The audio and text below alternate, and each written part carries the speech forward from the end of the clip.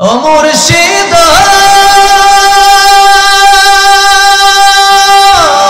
একে আমার ভাঙা ঘর তার উপরে লড়ে চর কোন দিনে জানি এই ঘর পাইকা পরি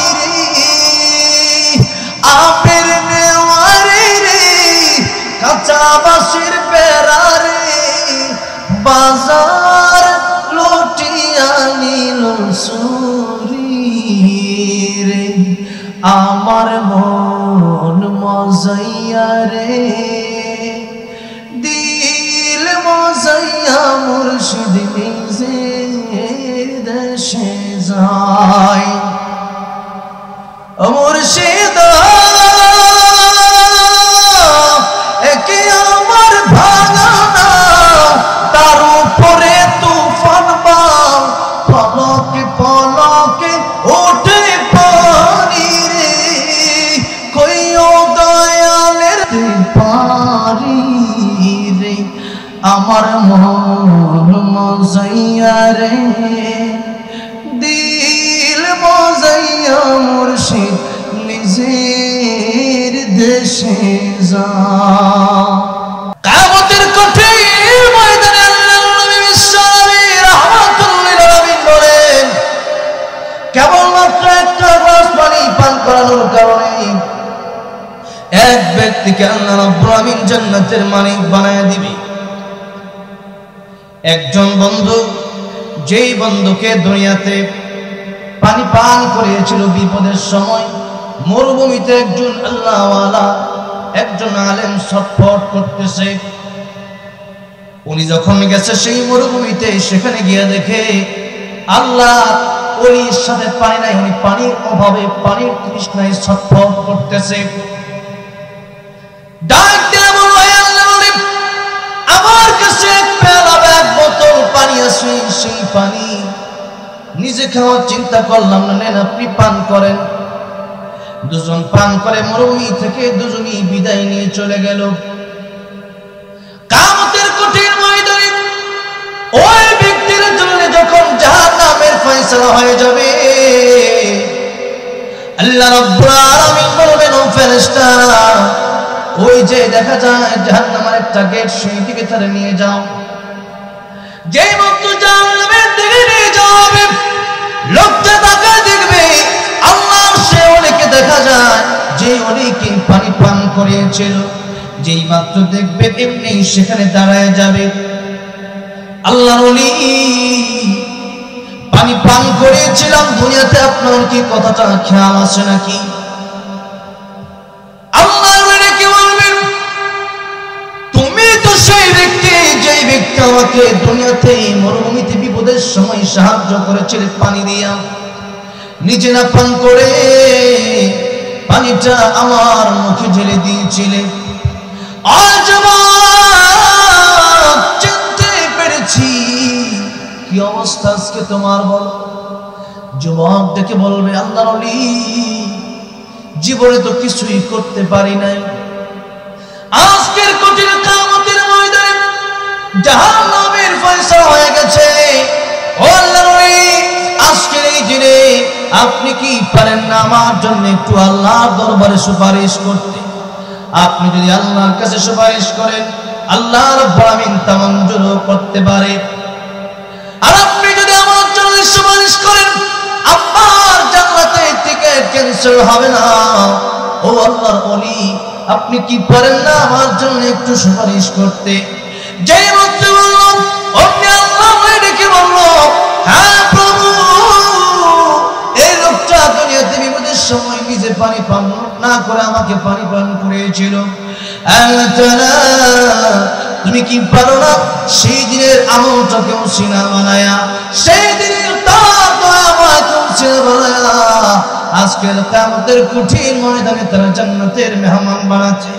আল্লাহ রাব্বুল আলামিন ডেকে বলবেন হে আমার হাবিব এই রাস্তা দিয়ে তারে আমি পাঠাইলাম, আমি আল্লাহ রাব্বুল আলামিন আগে থেকেই জানি তুমি তার জন্য সুপারিশ করবে। আর ওই যে দুনিয়াতে তোমার বিপদে উপকার করেছিল, আমি খুশি হয়ে তার এই রাস্তা দিয়ে পাঠিয়েছি। তোমার সুপারিশের অপেক্ষায় আমি আল্লাহ রাব্বুল আলামিন অপেক্ষা করতেছিলাম। আজকে তোমার সুপারিশের উসিলায়, সেদিন এক গ্লাস পানি তোমাকে পান করিয়েছিল, এই উসিলায় তারা আমি জান্নাতের মালিক বানিয়ে দিলাম। সুবহানাল্লাহ। আচ্ছা বলেন তো, রাসূল বললেন যে কোন আলিমান আও মুতাআল্লিমান আও মুঈনান আও মুহিব্বান ওয়ালা তাকুন খামিসান, এক গ্লাস পানি পান করায় যদি জান্নাতে যেতে পারে, তাহলে আজকের এই মাহফিলে যারা, এই মাদ্রাসায় যারা ৫০০০, ২০০০, ১৫০০ টাকা দিলেন, এই উসিলায় কি আল্লাহ মাফ করতে পারে না? বিশ্বাস করতে হবে, কারণ এই জীবনে তো গুনাহ করবই, এই জীবনে গুনাহ হবেই, কিন্তু গুনার পরে তাওবা করতে হবে। এটা হচ্ছে আদমের সিস্টেম, আর শয়তানের সিস্টেম হলো গুনার পরে অহংকার করা। ঠিক না বেঠিক?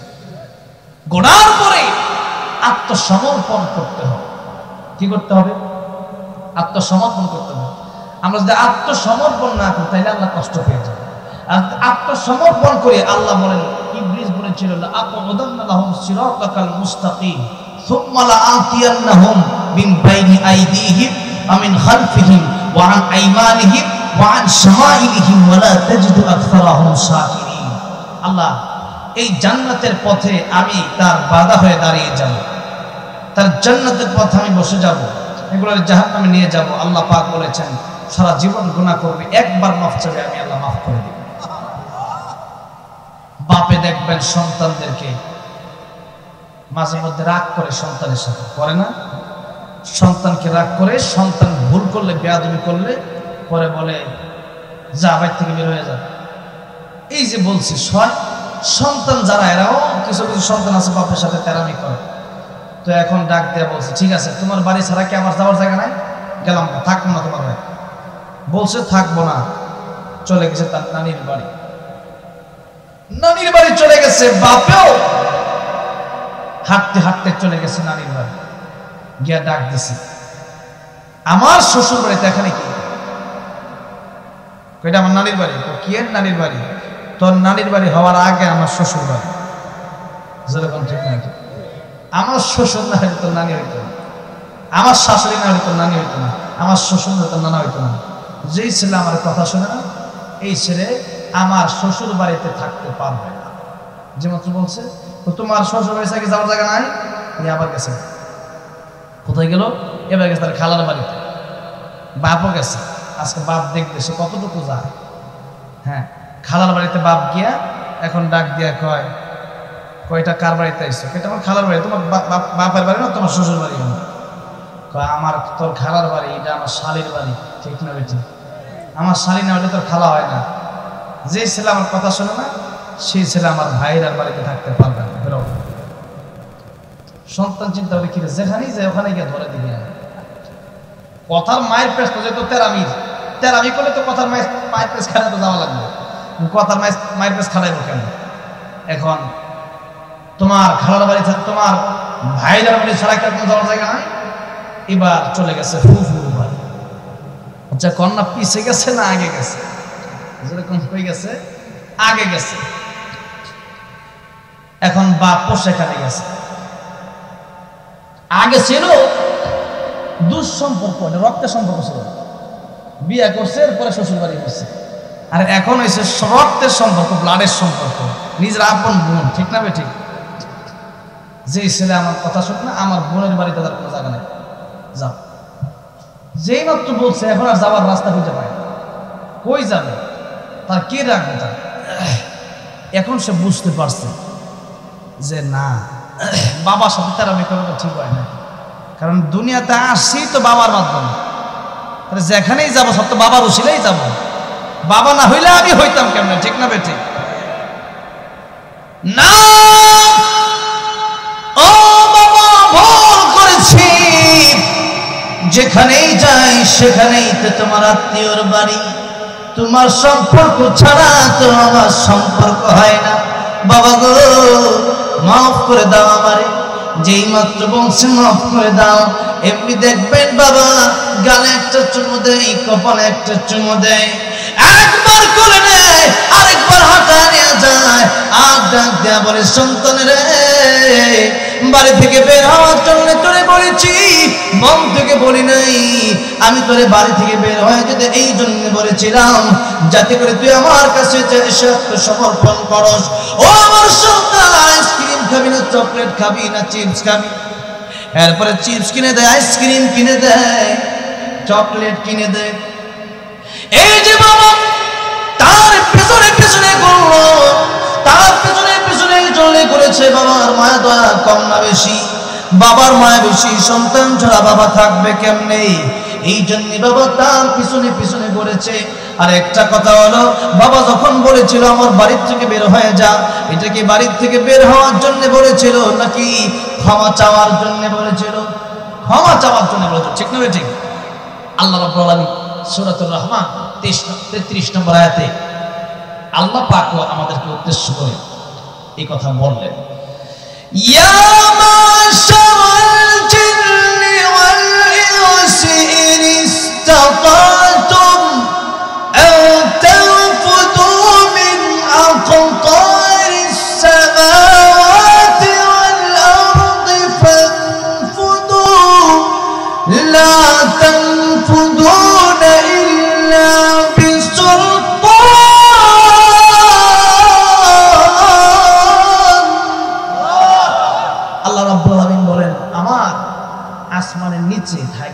থেকে আমার জমিনের উপরে থেকে ও জিন ও ইনসান মানুষ আমার হুকুম মানো না। আচ্ছা তাইলে আমার আসমান আমার জমিন থেকে বের হয়ে যাও। কি বলছে? আল্লাহ বলছে আসমান জমিন ছেড়ে বের হয়ে যাও। আচ্ছা এখন যদি আমরা যারা আছি চিন্তা করলাম যে আল্লাহর আসমান জমিন ছেড়ে থাকবো না, চলে যাবো ইন্ডিয়া, যেতে পারবো? যেতে পারবো? ইন্ডিয়া কার আসমান কার জমিন? আলহামদুলিল্লাহ সকালে আমি যাইতেছি ইন্ডিয়া, এখান থেকে বের হয়ে ইন্ডিয়া চলে যাবো, আগামীকাল ইন্ডিয়া মাফ। আচ্ছা যাই তো ইন্ডিয়া যদি আমরা যাই, ঠিক আল্লাহর আসমান জমিন ছাড়া হবে? সৌদি আরব গেলে? হ্যাঁ। আচ্ছা পুরা পৃথিবী যে কোনো দেশে আপনি যান, সব কার? আপনি চাঁদে যান, চাঁদ কার? সূর্য, আসমান জমিন সবই কার? আমরা কার? গোলামি হবে কার? আল্লাহ। এই জন্য আল্লাহর গোলামি হবে, সব আল্লাহর গোলামিও হবে। এটাই সিস্টেম যে আপনারা দিবে, যে আপনার ভরণ পোষণ দিবে, যে আপনার রিজিকের ব্যবস্থা করবে, হ্যাঁ, যে আপনার শিফা দেবে, যে আপনার মালিক, তারই গোলামি করতে হবে। এটাই নিয়ম, ঠিক না? ঠিক। কোন পীর বাবার পায়ে গিয়ে সিজদা দেওয়া যায়? পীর মানি আমরা, হক পীর থাকলে সেই পীর আমরা মানি, কিন্তু পীরের নামে ভণ্ডামি চলবে না, পীরের পায়ে সিজদা দেওয়া যাবে না। আজকে তো আমাদের দেশে কত পীর বার হইছে, এখন পীরের ঝামেলায়। সিলেটে গেলাম, গিয়ে দেখলাম কুত্তাসার মাজার, চাঁদপুর গেলাম, গিয়ে দেখলাম ল্যাংটা বাবার মাজার, আমাদের গাজীপুরেও একটা আছে। তখন ছাগল মরে গেলে ছাগল সার মাজার, তালা পিনতে চলে তালা বাবা। হ্যাঁ কোন দেখি এই যে এই বাবা গুলার বাবা ডাকে, কিন্তু দেখে নিজের বাপের বাপ ডাকে, ঠিক না? বেটি নিজের বাপের বাপ ডাকে কাজে দিবে, যেরকম, ঠিক না? বেটি আজকে নিজের বাপের বাপ ডাকতে লজ্জা লাগে অনেকে, ঠিক না? বেটি শ্বশুর শাশুড়িরা আব্বা আম্মা ডাকে, নিজের বাপের বাপ ডাকে। যে বাপে তো কষ্ট করে আপনার লালন পালন করে বড় করছে, এখন আপনি বড় হয়েছেন, এখন তো আপনার দেখা অনেক লোক আছে, এখন তো আপনার আওয়ামী লীগ টানবো, বিএনপি টানবো, জাতীয় সবাই টানবো আপনারা, কিন্তু যখন ছোট ছিলেন তখন তো কেউ টানে না। কথা ঠিক না? বেটি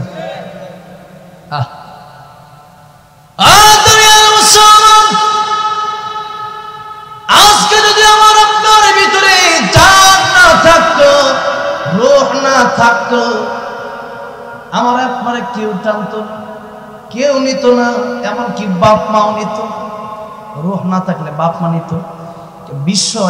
সারা বিশ্বে এমন সন্তান জন্ম হয় যে সন্তান রূহ নাই, লড়তে পারে না, চড়তে পারে না, কথা বলতে পারে না, কান দেওয়া না, মরা সন্তান জন্ম হয় না? আচ্ছা মরা সন্তান জন্ম হলে কেউ ঘরে রেখে দেয়, কোথায়? কবর দিয়ে দেয়, যেরকম ঠিক না গোরস্থান। আজকে আল্লাহ পাক রূহ দিছে, দেহ দিছে, শক্তি দিছে, যৌবন দিছে। এই যৌবন পাইয়া আমরা সব সময় দিতেছি মানুষ, আল্লাহর সময় দিই। দেওয়ার দরকার ছিল আল্লাহ। আল্লাহ তো 24 ঘন্টা সময় চায় না, আল্লাহ কিছু 1 ঘন্টা দেওয়া, 1 ঘন্টা। কয় ঘন্টা? 1 ঘন্টা। 1 ঘন্টা আমার দেয়। 5 ওয়াক্ত নামাজটা খালি পড়ে দিন, দৈনিক। 12 মাসে 12 মাস চাইনি, 12 মাসে একটা মাস রমজান মাস, ঠিক না বেঠিক? এই দিনগুলা আল্লাহরের সময় দেওয়া যায় না। আর সারাদিন 24টা ঘন্টা মানুষকে সময় দেয়। এই জন্য আল্লাহ রাব্বুল আলামিন কিয়ামতের ময়দানে বিচারটা নিজের হাতে দিয়ে দিবেন। আল্লাহ রাব্বুল আলামিন শেষে কেমন দিলাম সব বিচার করতেছেন কিয়ামতের কঠিন ময়দানে। এই ভিডিওগুলো আপনার সামনে তুলে ধরা হবে। বান্দারে, তোর ভিডিও তুই দেখ আর তোর নিজের হিসাব তুই মিলায় দেখ। আজকে কি তুই জান্নাতে যাওয়ার উপযুক্ত নাকি জাহান্নামে যাওয়ার উপযুক্ত? বান্দা, ভিডিওর ভিতরে তাকিয়ে দেখ। 60 বছর সময় তোর আমি দিয়েছিলাম, দৈনিক 24 ঘন্টা সময় তোরে দিয়েছিলাম। 24 ঘন্টার সময়ের ভিতরে কয় ঘন্টা তুই আমি আল্লাহকে দিয়েছিলি? বান্দা তাকিয়ে দেখবে 24 ঘন্টার ভিতরে 12 ঘন্টা ঘুম। 12 ঘন্টা কি ঘুম, 2 ঘন্টা খানা, আর 10 ঘন্টা মোবাইল টিপা। কি ঠিক না বেঠিক? এই যুবকদের জন্য সবচাইতে বড় যে কথা, সে কথা হলো আমাদেরকে আজকে নষ্ট করার জন্য দুইটা জিনিসই যথেষ্ট। একটা হলো মোবাইল, আর একটা হলো নারী। মোবাইল কেন বললাম? এই মোবাইল দিয়ে কেন? মোবাইল দিয়ে তো ভালো কাজ করা যায় না? এই যে ওয়াজ ওলামায়ে কেরামরা করে, একটা ওয়াজ আপনি ছাড়েন আপনার ফেসবুক থেকে, সমস্যা কি? একটা দামি কথা, মূল্যবান যে কথা বললে মানুষ মানবে, ওইটা ছাড়েন ইনশাল্লাহ, ঠিক না বেঠিক? আমি ওই দিন দিছিলাম বিড়ি খাওয়া হারাম, কয়েকশো মানুষ আমার ফেসবুকে, আবার 3-4 লক্ষ ফলোয়ার, এর দিলে আবার পুরো বিশ্বে দেখে। তো এখন দিছি যে বিড়ি খাওয়া হারাম, আপনারা কেউ বিড়ি খাইবেন না। কি লিগা? বিড়ি খাইলে এটা পরে জাহান্নামের 3টা উপাদান দেওয়া আছে। কয়টা? একটা হলো আগুন, আর একটা হলো ধোঁয়া, আর এই 3টা হলো জাহান্নামের উপাদান। আর আপনারা 3টা জিনিস খান। তাই আমি বললাম এটা খাওয়া হারাম। আমার কয়েকজনকে মাখরু, আর কয়েকজনকে সুন্নত। চিন্তা করছেন এই বিষয়টা? সুন্নত মাকরু এটা বানাইতেছে, মানে এই হারাম জিনিসটা হালাল বানানোর জন্য সেটা। আপনি একটা কথা মনে রাখবেন, গুনারে যদি গুনাহ মনে করে গুনাহ করেন, আপনার তওবা নসিব হওয়ার সম্ভাবনা আছে, উলামায়ে কেরামরা বলেছে। আর যদি গুনারে গুনাহ মনেই করেন না, গুনার আপনি সব মনে করতেছেন, তাহলে কিন্তু তওবা নসিব হবে কিনা আল্লাহ ভালো জানে। আল্লাহ গুনাহ যদি করেন তো গুনাহ মনে করে গুনাহ কি মনে করে করবেন? গুনারে গুনাহই মনে করতে হবে, হালালকে হালাল মনে করতে হবে, হারামকে হারাম মনে করতে হবে। আপনি মান না, সেটা আপনার ব্যাপার। আপনি বিড়ি সিগারেট খাইতেছেন, সেটা আপনার ব্যাপার, এটা পরের সাবজেক্ট। কিন্তু এটা হারাম, এটা হারাম। সুদ খাওয়া হারাম, এটা হারামই মানতে হবে। এটাতে আপনি সুদের নামে করলেন সুদ লোন, এটা কামিত না। সুদে সুদই বলতে হবে, ঘুষরে ঘুষি বলতে হবে, ঘুষরে বকশিস বলা যাবে, ঘুষরে হাদিয়া বলা যাবে। ঘুষ দেওয়া মানে বকশিস। কি আর বকশিস? জাহান্নামে যাওয়াটা মাধ্যম তৈরি করতেছে। এই জন্যে হালালকে হালাল মনে করতে হবে, হারামকে কি মনে করতে হবে? হারাম মনে করতে হবে। কিয়ামতের কঠিন ময়দানে 3 ব্যক্তির দিকে আল্লাহ রাব্বুল আলামিন রহমতের নজর দিয়া তাকাবে না। কয় ব্যক্তির দিকে? জোরে বলেন, কয় ব্যক্তির দিকে? 1 নম্বরে যারা পিতা মাতার অবাধ্য ছিল, তাদের দিকে আল্লাহ রাব্বুল আলামিন কিয়ামতের ময়দানে তাকাবে না। পিতা মাতার অবাধ্য যারা, আল্লাহ রাব্বুল আলামিন বলেন ওয়া বিল ওয়ালিদাইনি ইহসানা,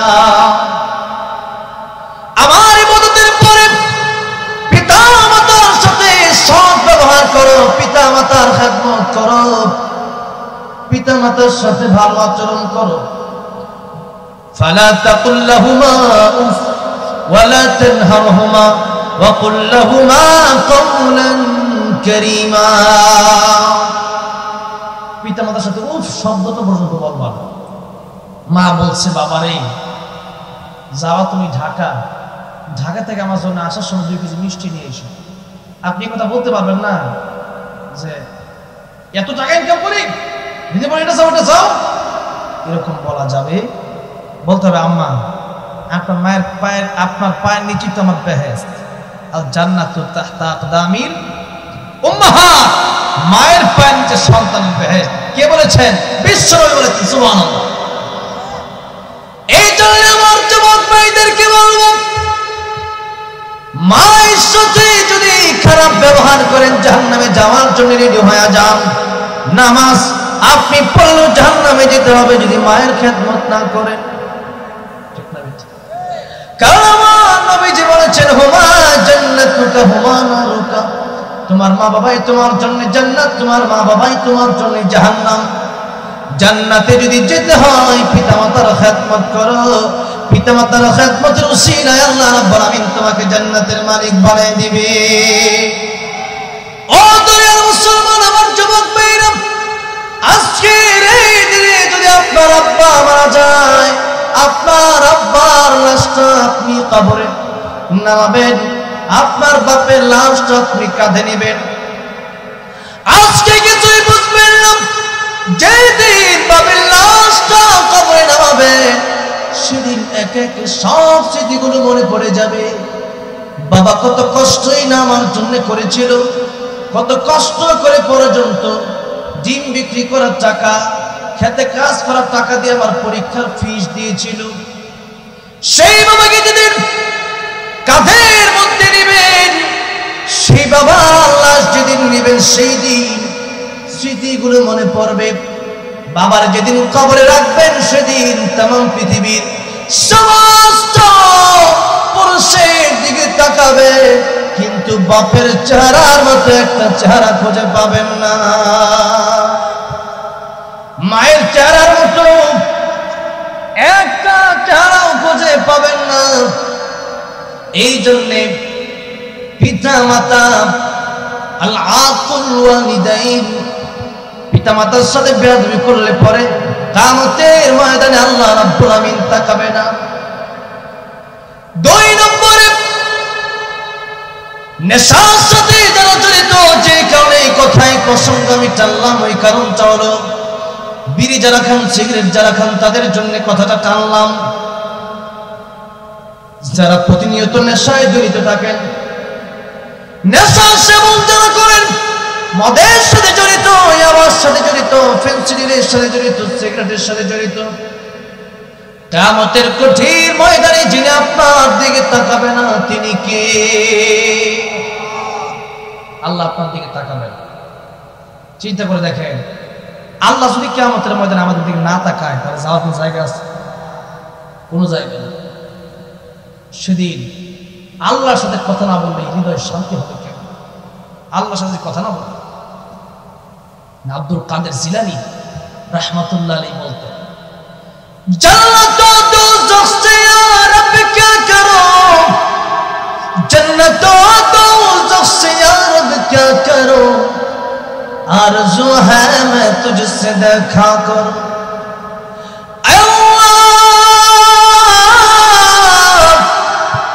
জান্নাত আমি কি করব যদি তোমার দেখা না পাই? আর যদি জাহান্নামের আগুনে জ্বলতে হয়, সেই জাহান্নামের আগুনে জ্বলতে রাজি আছি। তোমার একটা সেকেন্ডের জন্য দেখলে আমার অন্তর ঠান্ডা হয়ে যাবে। জান্নাতে যাওয়ার পরেও যারা আল্লাহর ওলি, যারা দেখবেন রাতের বেলা উঠে উঠে যারা ইবাদত করে, তাহাজ্জুদের নামাজ পড়ে, বর্তমান তো ফজরের নামাজ পড়ে যায়, সেই সবচেয়ে বড় ওলি। ঠিক না বেঠি? ফজরের নামাজ পড়ার লোক আল্লাহ পাক বলেন, ওয়া ইবাদুর রাহমান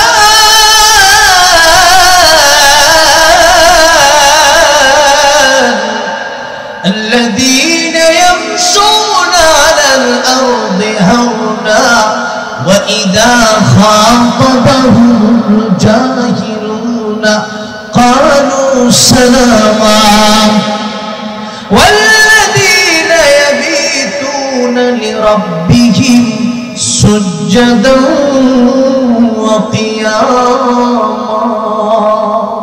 আল্লাহ পাক বলেছেন আমার প্রিয় বান্দা তারা যারা অহংকার করবে ভদ্র থাকবে মুমিনরা হবে গিররুন কারীম সহজ সরল কি হবে সহজ এবং সরল হবে আর তারা ঝগড়া করবেন তারা ঝগড়া দিয়ে মাঝে মধ্যে দেখবেন আপনি একজন সচিব আপনি একজন শিক্ষক হ্যাঁ আপনি একজন শিক্ষিত মানুষ আপনার সাথে টুও পড়ে নাই ও আয়েশা আপনারা বলবে তুমি মেয়ে কি জানো এরকম ঠিক না ঠিক আপনি বলবেন তোমার সাথে কথাই বলার দরকার নেই আসসালামু আলাইকুম তুমি তোমার বকা বকা আমি গেলাম যেরকম ঠিক না ঠিক কারণ শিক্ষিতরা ঝগড়া করবে না তারা সালাম দিয়ে চলে আসবে নাম্বার 3 রাত যখন গভীর হয়ে যাবে ঘুমের জন্য আল্লাহ রাব্বুল আলামিন রাত দিয়ে দিলেন পরে আজকের মানুষগুলো না ঘুমায় মাহফিলে বসে আছে ঘুমের সময় হয়ে গেলে পরে রাতের আধারে রাতের গভীরে আল্লাহর সামনে তারা দাঁড়ায় যায় সুজদাও ওয়া কিয়ামা সিজদা করে কিয়াম করে নামাজে আল্লাহর সামনে দাঁড়ায় থাকে তখন দুনিয়ার কোনো মানুষ দেখে না তখন যিনি দেখেন তিনি কে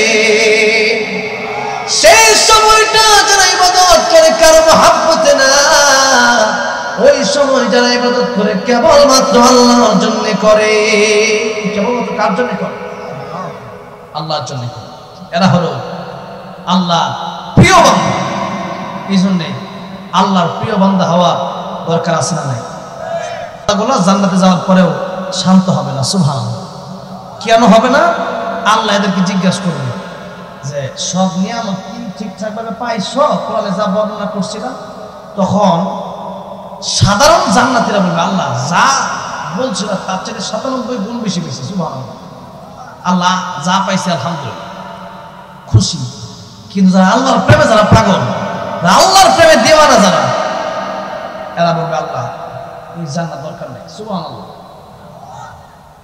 আল্লাহ ডেকে বলবেন জান্নাতীরা কেন দরকার নাই জান্নাতীরা ডেকে বলবে প্রভু গো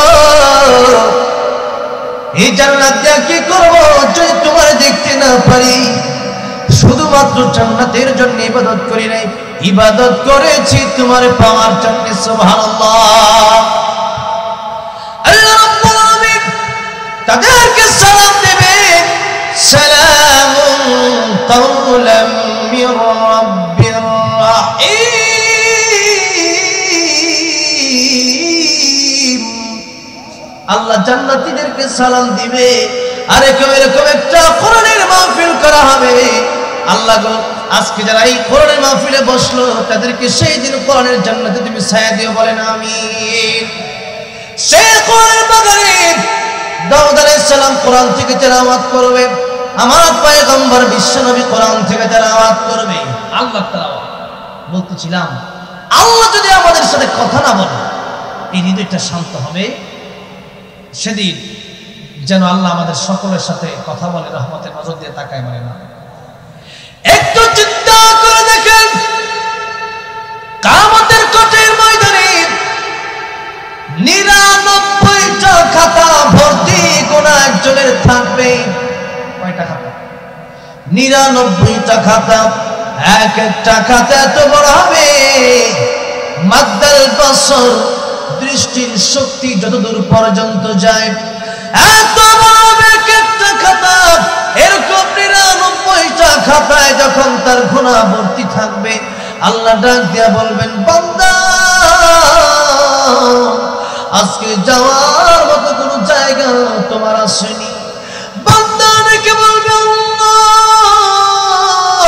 যাওয়ার মতো কোনো জায়গা আমার নাই আল্লাহ রাব্বুল আমিন ডেকে বলবেন বান্দারে যাওয়ার মতো তুমি কোন জায়গা যদিও না পাও এই যে দেখো তোমার জন্য একটা আইডি কার্ড একটা বেতন আমি বের করলাম একটা বেতন আইডি কার্ড বের করবে আল্লাহ যেই বেতনের ভিতরে লেখা থাকবে লা ইলাহা ইল্লাল্লাহ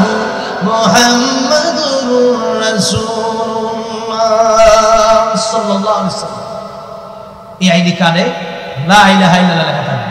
আমরা যারা বাংলাদেশের নাগরিক, এদের একটা আইডি কার্ড আছে না? সবাই আইডি কার্ড আছে। যারা কালিমা পড়েছে ইমানদার, তাদের জন্য আল্লাহ পাক একটা আইডি কার্ড রেখে দিয়েছেন। কিয়ামতের ময়দানে আইডি কার্ড দেওয়া হবে। সুবহানাল্লাহ।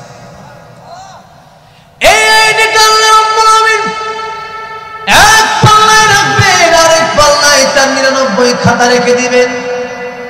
লোকটা তাকায় থাকবে, তাকায় থাকবে। লোকটা চেয়ে দেখবে 99টা এত বড় খাতা। দৃষ্টির শক্তি যতদূর পর্যন্ত যায়, এত বড় খাতা 99 খাতা একদিকে, আর তার আইডি কার্ড লা ইলাহা ইল্লাল্লাহ আইডি কার্ড আরেকদিকে। বান্দা তাকায় দেখবে লা ইলাহা ইল্লাল্লাহ আইডি কার্ডের ওজনটাই ভারী হয়ে গেছে। এত দাম। তার দিকেও আল্লাহ তাকাবে। 99 খাতা গুনাহ, এর দিকেও আল্লাহ কি করবেন? তাকাবে রহমতের নজর দিয়ে। আল্লাহ মাফ করে দিবেন। সুবহানাল্লাহ। আল্লাহ কিন্তু এই নেশায় যারা আসক্ত, এদের দিকে আল্লাহ তাকাবে। এই জন্য বিড়ি সিগারেট এখন থেকে ধরতে হবে না ছাড়তে হবে? মুসলমান ছেড়ে দেন।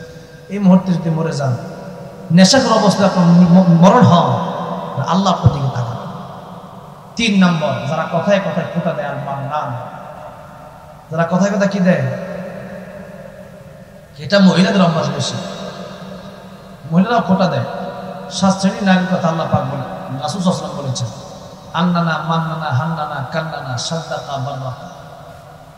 এরা নিজের জন্য সব চায়, বাপ মার কিছু তাদের সব আমার নামে লেখা দিয়ে দেওয়া। আছেন এমন মহিলা? এরপরে এমন মহিলা, যে মহিলা কথায় কথায় খোটা দেয়, আছে না? এই মহিলা আছে। এরপরে যে মহিলা অহংকার করে, একবার লাস্টেও যে মহিলা স্বামীর মার, কি এমন মনে নাই? এক আরজে সারা জীবন মানুষের গল্প শোনাইছে রেডিওতে, এখন তার নিজের গল্প শোনাইতেছে। কি গল্প? যে আমার বউ আমার মারছে। চিন্তা করে দেখেন, এই যে তার বউ তারে মারছে। জন্য আমি বলছি যে বাংলাদেশে একটা যেমন নারী নির্যাতনের মামলা দেওয়া হয়, নারী নির্যাতনের আইন আছে, একটা পুরুষ নির্যাতনের আইন করা দরকার। সে দিনাজপুর গেলাম, এক মাদ্রাসার মুহতামিম বিদেশ চলে যাবে, কাঁদতেছে আমার কাছে এসে, মাহফিল থেকে চলে যাবে, হুজুর থেকে থাকবো না। আমি তার আরেকজন কাছের লোক জিজ্ঞেস করলাম, সমস্যা কি হয়েছে? বউ তার অত্যাচার করে, দেশ থেকে চলে যাচ্ছে বাইরে। কি বাইরে কি শান্তি জায়গা নাকি? হ্যাঁ, বিদেশ যারা গেছেন বাইরে, কি যে কষ্ট। বিদেশে ইন্ডিয়া সহ বিভিন্ন কয়েকটা রাষ্ট্রে গেছি, প্রবাসীদের অবস্থা দেখছি, কি যে কষ্ট তারা করে, এটা বিদেশ গেলে বুঝবেন। যদিও দেশে একটু ভাত টাত দিয়ে আসে, বিদেশ থাকতে যে কি কষ্ট, সারাদিন কষ্ট, রোদ্রে পরে পরে কি কষ্ট করে, বিদেশ গেলে পরে বোঝা যায়। এখানে বাংলাদেশ থাকে না। বাংলাদেশ শান্তির দেশ। বাংলাদেশ কিসব দেশ? আল্লাহ দিয়েছে আলহামদুলিল্লাহ। যাওয়া আগে এখন তো 4 ঋতু আছে, আগে তো 6 ঋতু ছিল। 4টা ঋতু তো পাইছি। অনেক দেশ সারা বছর শীত, কিছু দেশে সারা বছর গরম। হ্যাঁ, এই জন্য আল্লাহ পাক আমাদের কত সুন্দর, কিছুদিন শীত, কিছুদিন গরম, হ্যাঁ, গ্রীষ্মকাল, বসন্তকাল, এক এক সময় এক এক মজা। ঠিক না বেঠিক? বলি আলহামদুলিল্লাহ। দিছে কি এইসব? দিছে কি আমাদেরকে? আল্লাহ। এবার আসুন, এই জন্যে পিতা মাতার সাথে খারাপ ব্যবহার করা যাবে, সিগারেট খাওয়া যাবে, খোঁটা দেওয়া যাবে, ইনশাআল্লাহ কথাগুলো মনে রাখবেন। এবার আসুন, বলতেছিলাম, বলবেন হুজুর বলেন আল্লাহকে স্মরণ করার কথা বলে কই গেলেন? হ্যাঁ, এই সবই হলো আল্লাহকে স্মরণ করা। যত ইবাদত আছে সমস্ত ইবাদত কারে স্মরণ করা? আল্লাহকে স্মরণ করা। এবার আসেন, আল্লাহ পাক বলেন ওয়াশকুরুনি, শুকরিয়া আদায় করো, না ফরমানি করো না। কয়টা কথা? এই 2টা কথা যদি আপনারা মানতে পারেন, জীবন পরিবর্তন হয়ে যাবে। কয়টা কথা? 2টা। একটু শুকরিয়া আদায় করো, না ফরমানি করো। আমার অকৃতজ্ঞতা আদায় করো, না শুকরিয়া করো না, শুকর আদায় করো। কেমনে? আল্লাহ পাক দুনিয়াতে কাউকে দিয়া পরীক্ষা করে, কাউকে না দিয়া পরীক্ষা করে। কারো সম্পদ আছে, কারো নাই। জোরে কোন ঠিক হয়েছে? যেমন আল্লাহ রাব্বুল আলামিন উসমান রাদিয়াল্লাহু আনহু দিছে, আর আলী রাদিয়াল্লাহু আনহু দেয় না। দুইজনই রাসূলের জামাই, ঠিক না ঠিক? আচ্ছা, আপনাদের কষ্ট হচ্ছে ঠিক না? 11:25 বাজে ইনশাআল্লাহ, বলছিলাম 12টার আগেই। এরপরে গজলের আবদার আসছে, তো গজলটা আমারে যিনি দাওয়াত করছেন উনি বলছিল যে প্রথমেই গান, আমরা জানি কি মাসুম ভাই আমার বলছে যে প্রথমেই গান, কিন্তু প্রথমে অবস্থা ভালো বুঝতেছি না, এই জন্য লাস্টে গায়ে দিব ইনশাল্লাহ, সমস্যা নেই, আবদার আমি পূরণ করে যাবো, সমস্যা নেই। তো আমি কিন্তু একটু ওয়াজ করি, একটু কথাটা বুঝাই। এই ওয়াজ করুলি ওয়ালা তাকফুর, এই দুইটা কথার ব্যাখ্যা দিয়া, একটা হইল উসমান রাদিয়াল্লাহু আনহুর কথা আর একটা আলী রাদিয়াল্লাহু আনহুর কথা, দুইজনের কথা বলেই আজকের ওয়াজ শেষ করব, কারণ সামনের দিকে যাওয়া যাবে না। আয়াত তো পড়ছি অনেকগুলা, তো এই জন্যে অনেকগুলো আয়াত না, একটা আয়াতের কথাই বলি, এই দুইটা কথা বলে আমরা মানবো ইনশাআল্লাহ। ইনশাআল্লাহ আল্লাহ নবীর কাছে উসমান রাদিয়াল্লাহু আনহুকে আল্লাহ কেমন দিছে, আল্লাহ নবীর কাছে একজন আসছে, ইয়া রাসূলুল্লাহ, মুসলমান হইছি, বাপ মা তো খাওন দেয় না, কাপড় দেয় না, বাইতে বাড়ি করে দেয়, করমু কি খামু কি যামু কই? আল্লাহ নবী কয় আমার একজন সাহাবী আছে উসমান, তার কাছে তুমি গিয়া বলো আল্লাহ নবী বলছে আমার দান করতে, সে তোমার দিয়ে দিবে। সুবহানাল্লাহ। নবীজির সাহাবী উসমান রাদিয়াল্লাহু আনহু, উসমান রাদিয়াল্লাহু আনহুর কাছে যখন পাঠালেন সেই গরীব সাহাবীকে, উনি গেল, যাওয়ার পরে উনি তাকায় দেখে তুলা উঠতেছে। কি উঠতেছে? তুলা। আর এই তুলা উনি দৌড়ে দৌড়ে ধরতেছে। উনি চিন্তা করলো তুলা যে, হ্যাঁ, যে দৌড়ায় দৌড়ায় তুলা ধরে পড়ে গেছে, দৌড়ায় তার ধমক দিতেছে, না যাবো না। আবার আইসি, নবী কই তুমি চাও না কেন, তুমি গিয়া চাইবা।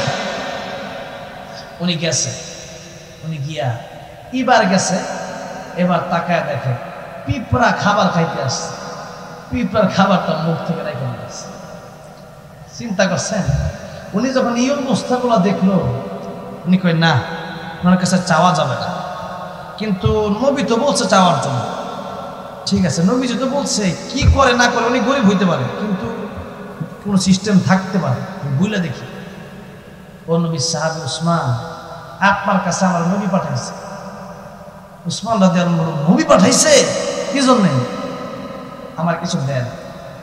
উসমান রাদিয়াল্লাহু আনহু বললেন, ওই যে উটের পাল আছে, উটের সিস্টেম হলে একটা যেদিকে যায় সবটি একটা লোকে পিছিয়ে পিছিয়ে যায়, কথাটা বুঝতে পারছেন তো? ওই যে উট আছে, একটা উটের পাল, তোমার যতগুলা উট মঞ্চে তুমি নিয়ে যাও। কাজ করলো কি আর এখানে করলো কি, কইলো কি আর করলো, যে মাত্র বলছে নিয়ে যাও, উনি কারণ নিব না। সুবহানাল্লাহ। কেন নিব না? আগে আমার প্রশ্নের জবাব।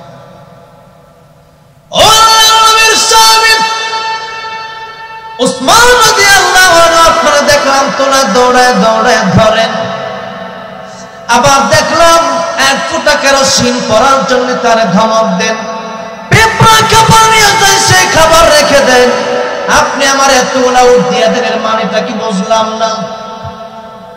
আল্লাহ নবীর মেয়ে জামাই জিন্নুরাইন উসমান রাদিয়াল্লাহু আনহু বলল, সাহাবী রে, এই যে তুলা দৌড়ায় দৌড়ায় ধরলাম, এই জন্য এটা আমার রাষ্ট্রের তুলা, এই তুলাগুলো উঠে গেলে পরে কত মানুষ তুলার জন্য ভালো বালিশে ঘুমাতে পারে না, ভালো ল্যাপ নিয়ে শুইতে পারে না, ভালো একটা কম্বল তাদের নাই, আমি তাদের জন্য দৌড়ে দৌড়া তুলা ধরে ধরে গরিব মানুষদেরকে তুলার বালিশ আর তুলার ল্যাপ তো সব বানায় দেই, যাতে করে গরিব মানুষরা একটু আরামে ঘুমাইতে পারে। আর 2 নম্বরে কেরোসিন তেল এক ফোঁটা পড়ে গেল, আপনি ধমক দেওয়া লাগলো কেন? আল্লাহ নবীর সাহাবী উসমান রাদিয়াল্লাহু আনহু ডাক দিয়া বলল, সাহাবী রে, এই তেলটা আমার নিজস্ব তেল না, রাষ্ট্রীয় তেল, এই তেলটা যে আমি ভাগ করে দিব, এক দলের কাছে তেলটা ঠিক মতো পৌঁছে যাবে, আরেক দলের কাছে, আরেক গ্রুপের কাছে 1 ফোঁটা তেল কম যাবে। কিয়ামতের কঠিন ময়দানে আমি উসমানের বিরুদ্ধে যদি সেই গ্রুপ বিচার দায়ের করে আল্লাহর কাছে 1 ফোঁটা তেল কম দিয়েছিল, কিয়ামতের কঠিন ময়দানে আল্লাহর দরবারে এর জবাব দেওয়া আমার পক্ষে সম্ভব না।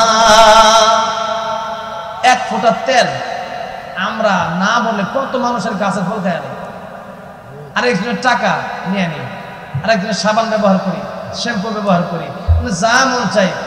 রাস্তাঘাটে হাঁটতেছি, একজনের কাছ থেকে একটা পেঁপে সিরা ফালানি, হ্যাঁ খেজুরের রস, হ্যাঁ এই যে এদিকে তো আলহামদুলিল্লাহ খেজুরের রস আছে, খেজুর রস টাঙ্গাইছে বেটা, সারা রাত্রে এক বয়াম খেজুরের রস এটা বেটা বিক্রি করে, এটা নিয়ে রাত্রে খেয়াল আছে।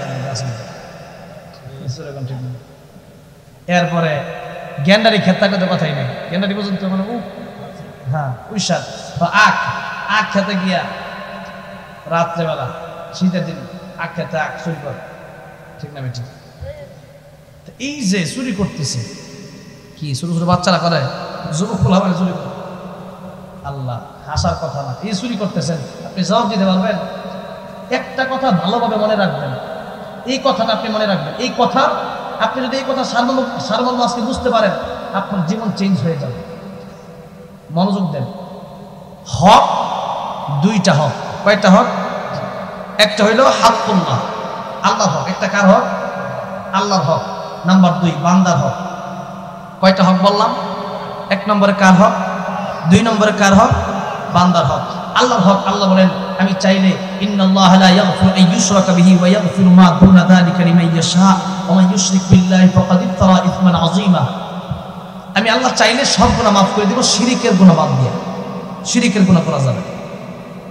এরপরে কেউ যদি তওবা করে, সারা জীবন আল্লাহর সাথে গুনাহ করছে, আল্লাহর হুকুম মানে নাই, আল্লাহ মাফ করে দাও, আল্লাহ ভুল করছি, আল্লাহ আর জীবনে তুমি আল্লাহ মাফ করে দাও, আল্লাহ বলে তোরা মাফ করে দিলাম। আচ্ছা, তাহলে আল্লাহটা সহজে মাফ পেয়ে গেল, ঠিক আছে না? এবার আসে হক একটা মাফ পেয়ে গেল, জান্নাতে যাওয়ার রাস্তাটা মোটামুটি ক্লিয়ার হইল, কিন্তু বান্দার হক এবার দিই নেই। 20,000 টাকা একজনের কাছ থেকে ঋণ নিয়েছিলাম আমি ব্যক্তিগতভাবে, কত মানুষের কাছে কত হাজার হাজার লাখ লাখ টাকা পাই, দেয় না। আমি কিছু তোরা চামো না, কারণ এদের সাথে এখন হাসি খুশি ব্যবহার করে বুঝতে দেই। কিন্তু আমার কিন্তু মনে মনে একটা দাবি আছে, হ্যাঁ কিয়ামতের ময়দানে জান্নাতে যদি যাইতে পারে তো আলহামদুলিল্লাহ। আমার এক উস্তাদ বলতো, ছাত্ররা উস্তাদের কাছে গেলে হুজুর 500 টাকা করে গরিব ছাত্ররা, তো সেই হুজুরের কাছে প্রায় 4 বছর আগে পড়েছে হেদায়েতুন নূর পর্যন্ত। তো হুজুর আমাদের ক্লাসে এসে বলতো যে আমার কাছ থেকে অনেক ছাত্র টাকা নেই, 500 1000। ও বাবাজিরা, টাকা যদি তোমরা দাও ভালো, আর না দিলে কিয়ামতের ময়দানে যদি কোনোভাবে জান্নাতে যাইতে পারি তো আলহামদুলিল্লাহ, আর যদি কোনোভাবে আটকা যায় তাহলে তোমাদের খবর আছে। বান্দার হক, যদি কেউ কাছে টাকা পান তাহলে এদেরকে বলে দিবেন, যদি কিয়ামতের ময়দানে জান্নাতে যাইতে পারি তো আলহামদুলিল্লাহ, তুমি বেঁচে দেবে। আর যদি জান্নাতে যাইতে না পারি, বাধা হয়ে যায়, কোনো ঝামেলা হয়ে যায়, তোমার জন্য 20,000 টাকা দেবো, কিয়ামতের মধ্যে টাকা দিতে পারবো? আল্লাহ 20,000 টাকা বেটা দিতে পারো, আল্লাহ দুনিয়াতে দেয় না। আল্লাহ তোমার কাছে বিচার চাই, লিতুজা কুল্লু নাফসিন বিমা তাসআ। আল্লাহ তুমি না কিয়ামত কায়েম করো মানুষের বদলা দেওয়ার জন্য, আল্লাহ দুনিয়াতেও দেয় নাই, চাইছিলাম, উল্টা ধমক মারছে। আরে মিয়া, টাকা দেওয়ার দিন কি শেষ হয়ে গেছে? এখন কি মরে গেছি? তোমার টাকা দিব না মিয়া? এমনি কয় কি কয় না? এই জন্যে আল্লাহ 20,000 টাকা দুনিয়াতে পাইতাম, দেয় নাই। আল্লাহ আজকে আখিরাতে তোমার কাছে বিচার দিলাম। গরু ছাগলের বিচার হবে, গরু ছাগল এদের বিচার সোজা।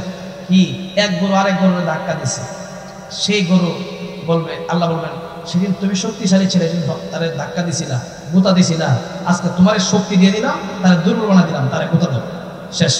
একজন একজনের গুতা দিয়ে দিবে, শেষ। এরা আল্লাহ বলবেন মাটি হয়ে যাও, মাটি হয়ে যাবে। এখন আসো গরুর মালিক মহিষ, এরপরে বিভিন্ন বড় বড় প্রাণীতে দেখবেন ঝগড়া লাগায়, একটা খেলা হয়। এই যে খেলা, ও মালিক তুমি কেন এই কাজগুলো করছিলে? গরু দিয়ে মারামারি লাগাইছিল কেন? তুমি আমার কাছে আসো। হ্যাঁ আজকে হ্যাঁ বললে কোনো কাম হবে। এই যে বান্দার হক, এই বান্দার হক, বান্দার কাছে ক্ষমা না চাওয়া পর্যন্ত আল্লাহ মাফ করবে না। বান্দার হক পাইলে, টাকা পাইলে টাকা দিয়ে দিবে। কিছু খাইছেন, মনে করেন মালিক নাই বা মালিকের কোনো খোঁজ খবর নাই, এমন টাকা পয়সা অনেক কাছে আছে না, যে মালিক নাই বা মালিকের খোঁজ খবর নাই, 20 বছর আগে মেরে দিয়েছিলাম হকটা, কিন্তু পাইতেছি না, আজকে বুঝছেন। গরিব মিসকিনকে সেই টাকাটা, যে টাকাটা পাইতো, টাকা আপনার সবের জন্য না, তার সবের জন্য, তার ঈশ্বরের সবের জন্য। এই টাকাটা গরিবরে, একবারে গরিব যে ইয়েতিম মিসকিন, তারা দিয়ে দেবেন। এটা মসজিদে দিলে হবে না। কারে দিবেন? গরিব ফকির যে মিসকিন, যে এটা বুঝে দিবেন। অনেক ফকির আছে, এরা 5 তলা বাড়ি এর ভিক্ষা করে, আর পেশা ছাড়তে পারে না। এই জন্য বুঝে দিবেন যে আপনি এলাকা জানেন কে গরিব কে ফকির, এই জন্য তারে দিবেন আপনি। তাহলে আশা করা যায় তার কবরে যখন এই টাকাটা সবটা বসবে, তখন এই ওসিলা আল্লাহ আপনার মাফ করবে। উসমান রাদিয়াল্লাহু আনহু বলল, এই যে পিপিলিকার মুখে যে খাবার আমি দেখতেছি, পিপিলিকা খাইল, খায়া আবার এখান থেকে আর নিয়ে যেতেছে জমানোর জন্য। পরে যে পিঁপড়াগুলো আসতেছে তারা খাবার পাইতেছে, এই জন্য পরে পিঁপড়াদের খাবার শেষ হয়ে যাবে, এই জন্য আমি তাদের মুখ থেকে রেখে দিলাম, যাতে করে পরের পিপিলিকাগুলো আইসা এখান থেকে খেতে পারে। আর আল্লাহ তো পরে রিজিকের ব্যবস্থা করবেই, আপাতত খাওয়ার জন্য তাদের যারা যা খাইলো তা খাইছে, পরে যারা না খাইতে পারে, পরে যখন যারা আসতেছে এরা যেন খাইতে পারে, এই জন্য আমি তাদের মুখ থেকে চিনির দানা বা যে কোনো খাবারের দানা আমি রেখে দিচ্ছি। সুবহানাল্লাহ, কি বিচার উসমান রাদিয়াল্লাহু আনহু। এবার উসমান রাদিয়াল্লাহু আনহু বললেন, তোমার যা উঠ মনে চায়, এখন তুমি জবাব পেয়েছো? বলে হ্যাঁ, এখন তোমার যা উঠ মনে চায় তুমি তা নিয়ে বাড়ি চলে যাও। সুবহানাল্লাহ। আচ্ছা দেখেন, উসমান রাদিয়াল্লাহু আনহু এই যে বললো উটের পাল আছে, যা মনে চায় সব নিয়ে যাও, তার মানে কি ধনী ছিল না গরিব ছিল? মনে করেন কয়েকটা উট, 3টা উট থাকলে তো একটা মানুষ ধনী মানুষ, ঠিক না ঠিক? 3টা উট মোটামুটি 15 লক্ষ টাকা বর্তমানে। তো উসমান রাদিয়াল্লাহু আনহু এত ধনী, আর ওদিক দিয়ে আলী রাদিয়াল্লাহু আনহু, ওনারে কি আল্লাহর নবী কি সম্পদ দেখে বিয়ে দিয়েছিল? তুনকাহুল মারআতু লিআরবাঈ, 4টা জিনিস দেখে বিয়ে করবে। কয়টা? আল্লাহ বলেন লিমালিহা ওয়া লিজামালিহা ওয়া লিহাসাবিহা ওয়া লিদীনিহা ফাসবার বিযাতিদ্দীন। ধন সম্পদ দেখে বিয়ে করো, যদি এই ধন সম্পদ দেখো এটা তোমার হাদিসের উপর আমল হয়ে যাবে। এরপরে আল্লাহর নবী বললেন ওয়ালি জামালিহা, সৌন্দর্য দেখো। আজকে একটা কথা মনে রাখবেন, 4টা জিনিসই দেখতে হবে, একবারে যে কিছুই দেখবো না বিষয়টা। নবী যেই বলছেন 4টা জিনিস দেখো, 1 নম্বরে তোমরা আর পুরো হাদিস না বুঝে কিন্তু আবার মাথা ঘুরাইবে না, কি রে হুজুর কি কয়, হাদিস বলতেছে, পুরো হাদিস শুনেন, পুরোটা না শুনলে তো বুঝবেন না। কারণ একজন কয় লা তাকরাবুস সালাহ, আল্লাহ বলছে নামাজের ধারে কাছে নাই, এতটুকু বলছে, এতটুকুর অর্থ তো এইটাই, নামাজের ধারে কাছে নাই। কিন্তু পরে যে আল্লাহ কি বলছে, আল্লাহ যে বলছে নেশাখোর অবস্থায়, মাতাল অবস্থায় নামাজে যাইও না, এইটা আর কয় না লা তাকরাবুস সালাহ, আল্লাহ বলছে নামাজে যাইও না। আচ্ছা, অর্ধেক বললে হবে না, পুরোটা বলতে হবে, পুরোটা বলতে হবে, যা বলবো পুরোটা বলতে হবে। তো এই জন্য আসলে পুরোটা শুন। 1 নম্বরে কি দেখে বিয়ে করতে হবে? ধন সম্পদ। জোরে বলেন কি? ধন সম্পদ। নাম্বার 2 ওয়ালি জামালিহা, তোমরা চেহারা দেখে বিয়ে করো। আজকে তো আমাদের অনেক বাবারা আছেন, আপনাদেরকে আমি বলি একটা কথা, বাপ মা যখন সন্তানকে বিয়ে করাবেন, সন্তানকে জিজ্ঞাসা করবেন বাবা মেয়ে পছন্দ হয়েছে, মেয়েরে জিজ্ঞাসা করবেন মা ছেলে তোমার পছন্দ হয়েছে, যখন বলবে হ্যাঁ পছন্দ হয়েছে তখন বিয়ে করা। কথা বুঝে আসছে ইনশাআল্লাহ? এটা না বললে তখন দেখা যায় আপনার কথাও সে শুনতেছে না, একদিকে আপনার নাফরমানি করে আল্লাহর কাছ থেকে সে অভিশাপ্ত হচ্ছে, দ্বিতীয় কথা হচ্ছে আপনার এই যে বিয়ে করে দিচ্ছেন না সে গুনাহগার হচ্ছে, তৃতীয় কথা হচ্ছে যে এই বিয়ে না করার কারণে আপনি আপনার মন মতো একটা বিয়ে করাই দিলেন, তখন তার পছন্দ হয় না, দুদিন পরে ঝগড়া হয়, পছন্দ হয়তো হয় না, এখানে শান্তি আসবে কেন? যেরকম ঠিক না, রাসূল বলেছেন সৌন্দর্য দেখেই বিয়ে করো। এখন আসেন, এক একজনের চোখের আল্লাহ পাক এক এক সিস্টেম করে দিয়েছে, এক একজনের চোখে এক একজনের এক এক রকম পছন্দ হবে, ঠিক না ঠিক? আমি তো এখানে আসছি, আপনারা কি মনে করেন যে আমার সবাই পছন্দ হবে? আমার কয়েকজনের পছন্দ হবে, আমার 10-15 জন আছে এমনি আসে, দেখা যায় হ্যাঁ এই লোকটা ভালো লাগে না, তারপরেও দেখা যায়, যেরকম ঠিক না ঠিক? সবাই আমার ভালো লাগবে। নাম্বার 3 বংশ দেখতে হবে, বলে হাসাবিহা। নাম্বার 4 বলে দীনিহা, দিন দেখো, ধর্ম দেখো, তার সে কি ধার্মিক কিনা, সে কি আল্লাহ ভীরু কিনা, এটা দেখো। হ্যাঁ, এবার রাসূল কি বলে? ফাজফার বিজাতিদ্দীন, তোমরা এই 4 জিনিসের মধ্যে ধন সম্পদ পাইলাম না, এরপরে সৌন্দর্য পাইলাম না, বংশও পাইলাম না, কিন্তু এই মেয়েটা দিনদার, ছেলেটা দিনদার, তাহলে তোমরা বিয়ে করো। সুবহানাল্লাহ। তাহলে কি দেখতে হবে? সর্বপ্রথম দিন দেখতে হবে, ধর্ম দেখতে হবে, ঠিক না ঠিক?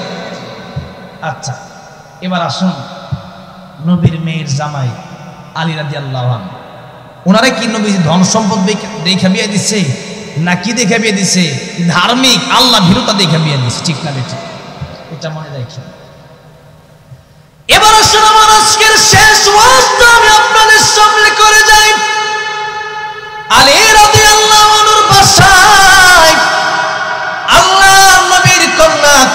টুকরা আদরের মেয়ে ফাতেমা রাদিয়াল্লাহু আনহা, ফাতিমাতু সাইয়্যিদাতু নিসাই আহলিল জান্নাহ।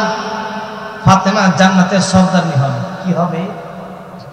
জান্নাতের সর্দারনি। আপনাদের কষ্ট হচ্ছে মনে হয়, একটু ধৈর্য ধরুন। আচ্ছা, ফাতেমা রাদিয়াল্লাহু আনহা জান্নাতের সর্দারনি কেন হবে?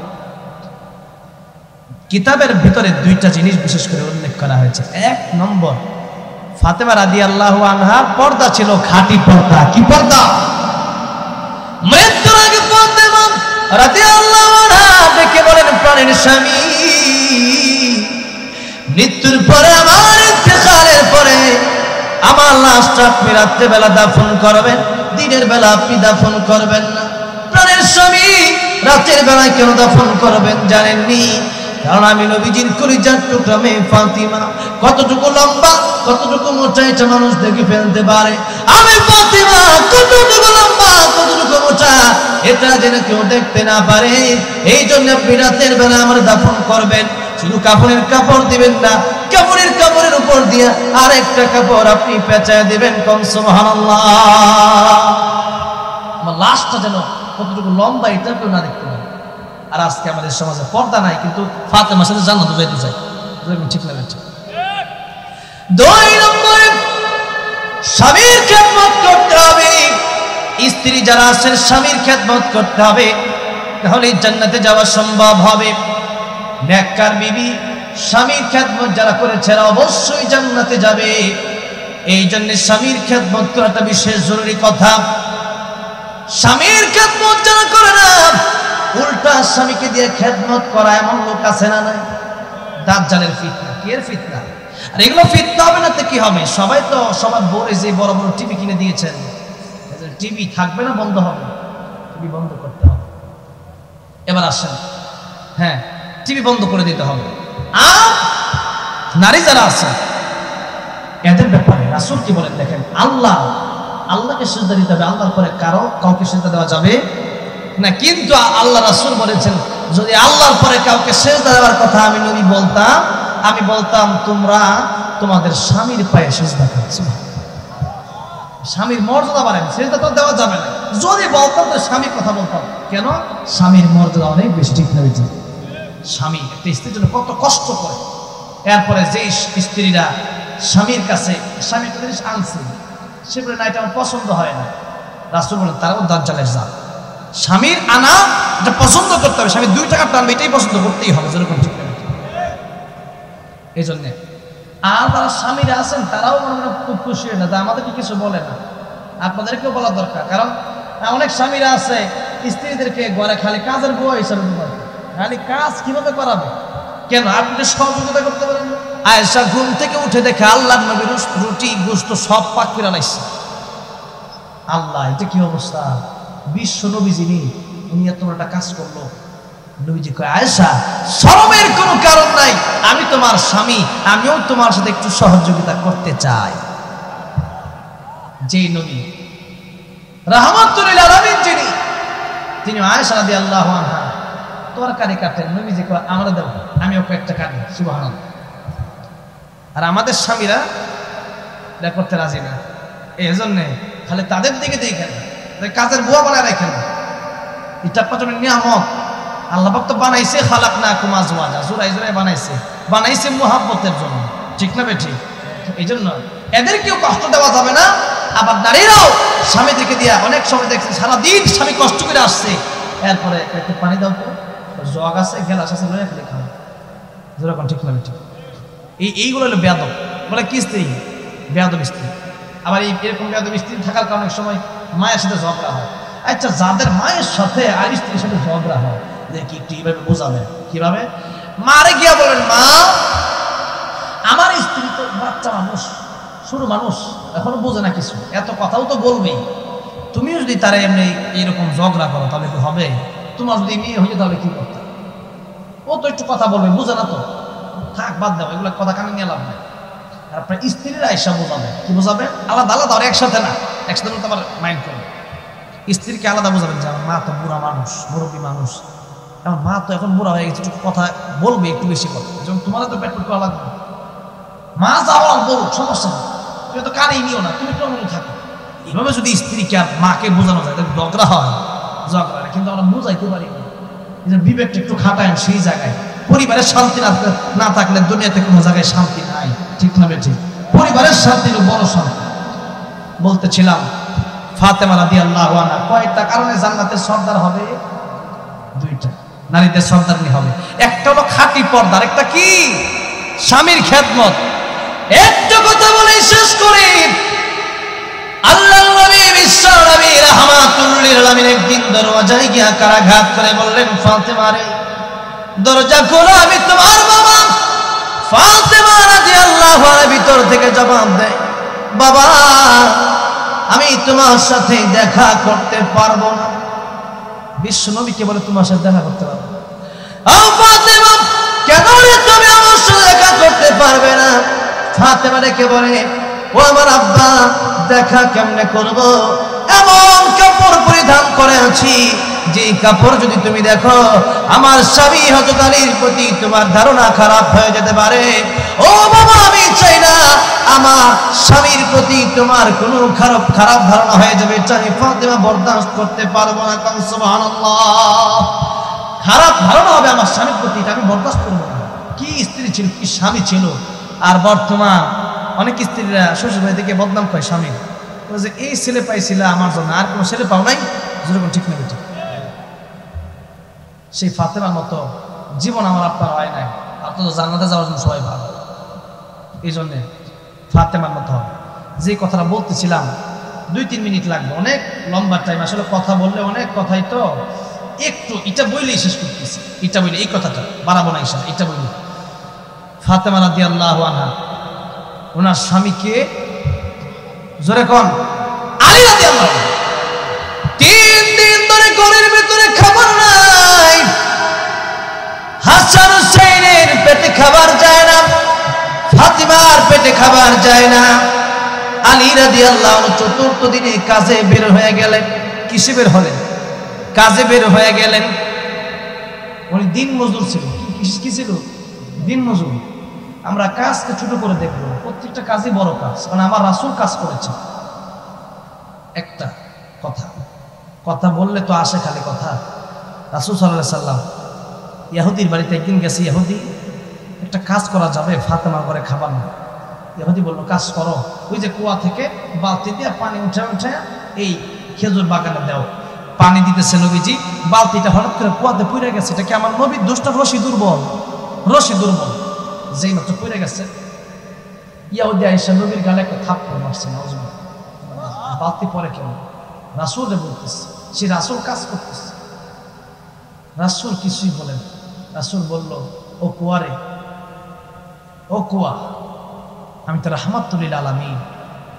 আমি শুধু মানুষের জন্য রহমত না, আমি সাগরের জন্য রহমত, আমি নদীর জন্য রহমত, গাছ গাছালির জন্য রহমত, পাক পাখালির জন্য রহমত। ও কুয়া, আমি তো তোর জন্য রহমত। ও কুয়া, জোয়ার ভাসায়া দে।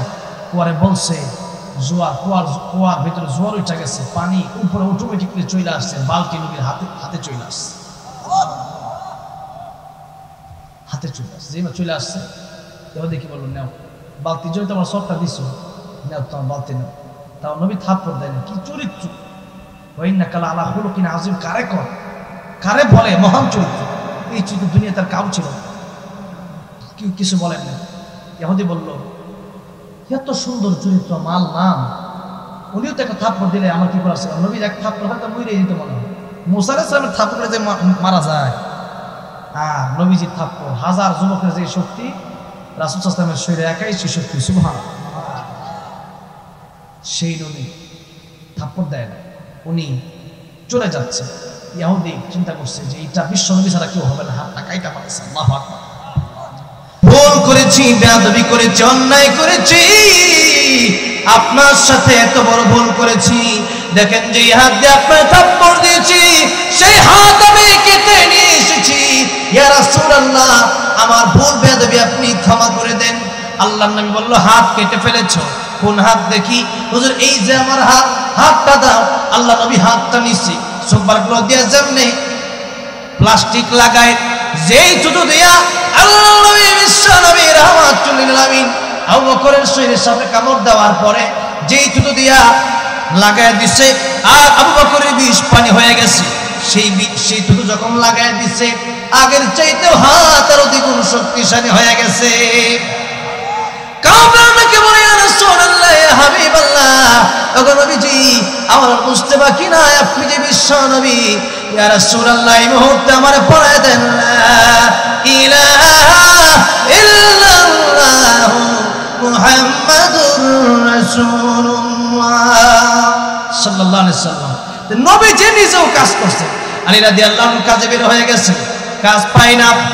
বিকাল বেলা আবার ঘরের ভিতরে ফিরতেছেন, হাতে কোনো টাকা পয়সা নাই, খাবার দাবার নাই, খেজুর নাই, ভাত নাই, কিছুই নাই। খালি হাতে যখন ঘরের ভিতরে ঢুকতেছে মুখটা মলিন হয়ে গেছে। আল্লাহর নবীর মেয়ে ফাতেমা রাদিয়াল্লাহু আনহা ডাক দিয়ে বলল, প্রাণের স্বামী আপনি কেন আপনার চেহারা মলিন করে রেখে দিয়েছেন? আলী রাদিয়াল্লাহু আনহু বললেন, ফাতিমা কিছুই তো তোমার জন্য আনতে পারি নাই। ফাতিমা মন খারাপ করো না, তো কি করব? ফাতেমা রাদিয়াল্লাহু আনহা কেমন স্ত্রীর স্বামী কি বোঝায়, স্বামী হে মন খারাপ করার কোনো প্রয়োজন নাই। আল্লাহ রাব্বুল আলামিন বলেছেন মানুষকে কখনো কষ্ট দিবেন খোদা দিয়া, কখনো পরীক্ষা করবেন জুই মানুষকে খোদা দিয়া, কখনো খাউফি ভয় দিয়া, কখনো জান্নাতের ক্ষতি করে, কখনো ক্ষেত খামারের ক্ষতি করে। আল্লাহ রাব্বুল আলামিন পরীক্ষা মানুষকে করবে, আর যা ধৈর্য ধারণ করবে তাদের সাথে আল্লাহ আছে। অবশ্যই সাবিরিন ইন্নাল্লাহা মা'আস সাবিরিন। প্রাণের স্বামী আল্লাহ রাব্বুল আলামিন আমাদের সাথে আছে, কারণ আমরা ধৈর্য ধরব। সুতরাং আর দেরি করার কোনো কারণ নাই। আপনি আর মুখ মলিন করে রাখবেন না, আপনি হাসি উজ্জ্বল মুখ নিয়ে গড়ে থাকবেন। আপনার মুখ যদি মলিন হয়ে যায় তাহলে এটা কেমনে হবে? আল্লাহর কোরআনের আয়াত আমরা কেমনে মানলাম? এই জন্য আল্লাহ রাব্বুল আলামিন বলেছেন না থাকতে পারো, না থাকলে তোমরা ধৈর্য ধারণ করো, আর যাদেরকে দিব তোমরা আমার শুকরিয়া আদায় করো। ওয়াশকুরুনি ওয়ালা তাকফুরুন। যখন থাকবে তখন তোমরা শুকরিয়া আদায় করো, আল্লাহ আলহামদুলিল্লাহ আল্লাহ আমার দিছে, কিছু টাকা পয়সা মাদ্রাসায় দিবা, কিছু টাকা পয়সা মসজিদ দিবা, কিছু গরিব দুঃখীকে দিবা। এই জন্য ওয়াহিনাকা ক্বাবলা ফাকারিক, আল্লাহ নবী বলেছেন ইগতানিম খামসান ক্বাবলা খামসিন শাবাবাকা ক্বাবলা হারামিক। ও আমার যুবক ভাইরা, এক নম্বরে আল্লাহ নবী বলেছেন 5 জিনিস আসার আগে 5 জিনিসকে তোমরা মূল্য দাও। কয় জিনিস আসার আগে কয় জিনিস? 5 জিনিস আসার আগে 5 জিনিস। এক নম্বরে শাবাবাকা ক্বাবলা হারামিক, এক নম্বরে যুবক বয়সকে মূল্য দিতে হবে বৃদ্ধ হওয়ার আগে। নাম্বার 2 সিহহাতাকা ক্বাবলা সাকামিক, সুস্থ থাকা অবস্থায় অসুস্থ হওয়ার আগে এই সুস্থতাকে মূল্যায়ন করতে হবে। অসুস্থ হয়ে গেলে পরে বিপদে পড়লে আর কিছু ইবাদত করার সুযোগ পাবেন না তখন। নাম্বার 3 গিনাকা ক্বাবলা ফাকারিক, ধন সম্পদ থাকা অবস্থায় ধন সম্পদ আল্লাহর রাস্তায় খরচ করতে হবে, মূল্য দিতে হবে। আর না দিলে সকাল রাত ধনীর থেকে ফকির সন্ধ্যাবেলা, গরিব হতে সময় লাগবে না। নাম্বার 4 ফারাগাকা ক্বাবলা শুগলিক, অবসর থাকা অবস্থায় অবসর থাকা অবস্থায় ব্যস্ত হয়ে যাওয়ার আগেই এই সময়কে মূল্যায়ন করতে হবে। কারণ মানুষ যত দিন যায় তখন অবসর হয় না, ব্যস্ত হয়। যখন তোমার 2 পাও যাতে খুশি সেটাই যাও, যখন তোমার 4 পাও ভাত কাপড় দিয়ে যাও, যখন তোমার 6 পাও আব্বু তুমি কোথায় যাও। কথা কি ঠিক না? ঠিক। এই জন্যে 2 পাও মানে এখন আপনার হায়াত, এখন আপনি একা, যেখানে মনে হচ্ছে সেখানে যাইতে পারেন। বিয়ে করলে পরে আপনি সব জায়গায় যাওয়া যায়, এরপরে বউ ডাক দেবে কই যাও, যাওয়া যায় না। ভাত কাপড় আইনো, কিন্তু কাপড় আইনো, শাড়ি আইনো, ভাত আইনো, তেল আইনো, পেঁয়াজ আইনো, আদা আইনো, রসুন আইনো। এরপরে একটা সন্তান হয়ে গেলে আব্বু কই যাও। তো এই যত দিন যায় মানুষকে অবসর হয় না, ব্যস্ত হয়। অবসর থাকা অবস্থায় ফেসবুকে ইউটিউব চ্যানেল নষ্ট না করে আল্লাহর নামে জিকির করে, আল্লাহকে স্মরণ করে, নামাজ পড়ে, রোজা রেখে এই জীবনটা আল্লাহর জন্য কোরবান করে দিতে হবে। নাম্বার 5 হায়াতাকা ক্বাবলা মাউতিক, ওয়াশেষ হায়াতাকা ক্বাবলা মাউতিক, হায়াতকে মূল্য দেন মৃত্যুর আগে। কারণ মরণের সময় হয়ে গেলে পরে আর চাইলেও হায়াত পাওয়া যাবে না। এই জন্য মৃত্যুর আগে আগে হায়াতকে মূল্য দেন, আল্লাহর জন্য এই জীবনটাকে কোরবানি করে দেন। বলি আমিন। আল্লাহ কবুল করেন, বলেন আমিন। এই জন্য কারো কাছে না থাকলে ধৈর্য ধারণ করবেন। কি ধৈর্য ধারণ করবেন? আর থাকলে কি করবেন? শুকর আদায় তৌফিক দান করেন, বলেন আমিন। এখন একবারে শেষ মুহূর্তে অনেকগুলো আবদারি আসছে। এতগুলো আবদার তো আর মানে এটা পূরণ করা যাবে না, কারণ আমার ফজরের সময় ইন্ডিয়ার বর্ডারে থাকতে হবে, ওখানে ফজরের সময় রিসিভ করতে আসবে আমার। এই জন্য চলে যেতে হবে। এরপরেও 12টা বেজে গেছে, চাইছিলাম আগে শেষ করার জন্য, কিন্তু 12টা আগে শেষ করতে পারি না। এই জন্য আপনার কাছে ক্ষমা প্রার্থী, আপনার দয়া করে আর 5-10 মিনিট সময় আমরা দেন, গজলটা গায় আর কি। 1 নম্বরে কি, আচ্ছা মন মজাইয়ার, হ্যাঁ আচ্ছা।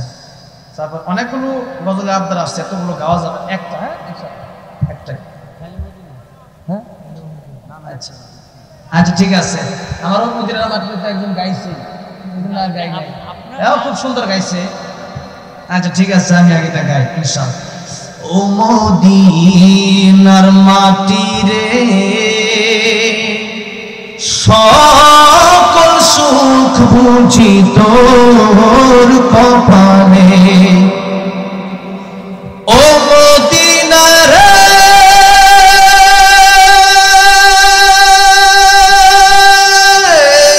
তোর বুকে আমার নবী, যার লাগে পাগল সবই, যার তরে হইল সৃষ্টি ত্রিভুবন। কাঁদি আমি সারাক্ষণে, কখন যাব সেখানে, সহে না আর পরাণে। ও মদিনার মাটি রে, সকল সুখ বুঝি তোর কপালে। ও মদিনা রে,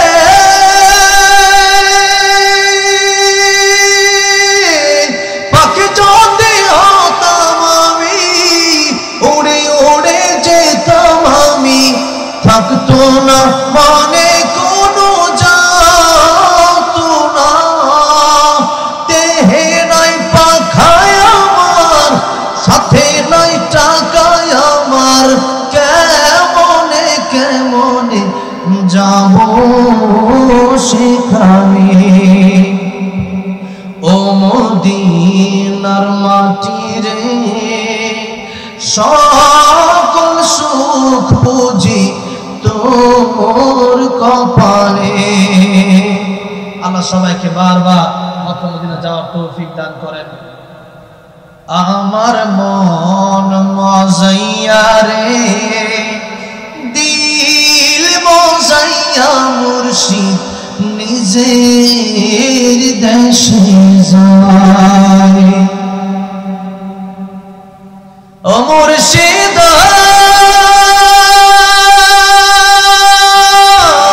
একে আমার ভাঙা ঘর, তার উপরে লড়ে চর, কোন দিনে জানি এই ঘর পাইকা পরে রে। আপের নেওয়ারে রে, কাঁচা বাঁশের বেড়া রে, বাজার লুটিয়া নিল চুরি রে। আমার মন মজাইয়া রে, দিল মজাইয়া মুর্শিদ নিজের দেশে যায়। মুর্শিদ একে আমার ভাঙা না, তার উপরে তুফান বাও, পলকে পলকে ওঠে পানি রে। কইও দয়ালের পারি রে, আমার মন মজাইয়া রে, দিল মজাইয়া মুর্শিদ নিজের দেশে যা।